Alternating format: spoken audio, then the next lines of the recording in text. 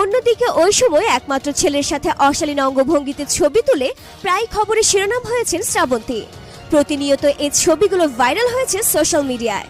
তখন শ্রাবন্তী হাসতে হাসতে গণমাধ্যমকে জানিয়েছিলেন, ও তো আমার থেকে লম্বা হয়ে গেছে এবং আমার ছেলে ঝিনুকের যে পার্সোনালিটি, তাই আমি ওকে ভাই বলে ডাকি।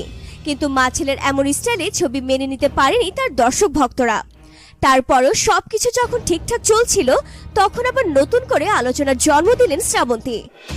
মানে সম্প্রতি তৃতীয় বিয়ে করেছেন শ্রাবন্তী চ্যাটার্জি, সেখানেও সঙ্গে ছিলেন ছেলে ঝিনুক। এইদিকে তৃতীয়বারের মতো বিয়ের পিড়িতে বসায় গণমাধ্যম ও সোশ্যাল মিডিয়ায় উঠেছে সমালোচনার ঝড়। অনেকেই তাদের ছবি শেয়ার করে লিখেছেন বিশ্বের একমাত্র সন্তান যে প্রতি বছর মায়ের বিয়ে খায়। কেউ আবার বলছেন ঝিনুকের ভাগ্যটাই খারাপ। আবার কেউ তো শ্রাবন্তীকে বাজে মন্তব্য করে লিখেছেন শ্রাবন্তীর এই বিয়েটাও টিকবে না, ডিভোর্স হয়ে যাবে। কেউ বলছেন তোমার চতুর্থ বিয়ের দেখার অপেক্ষা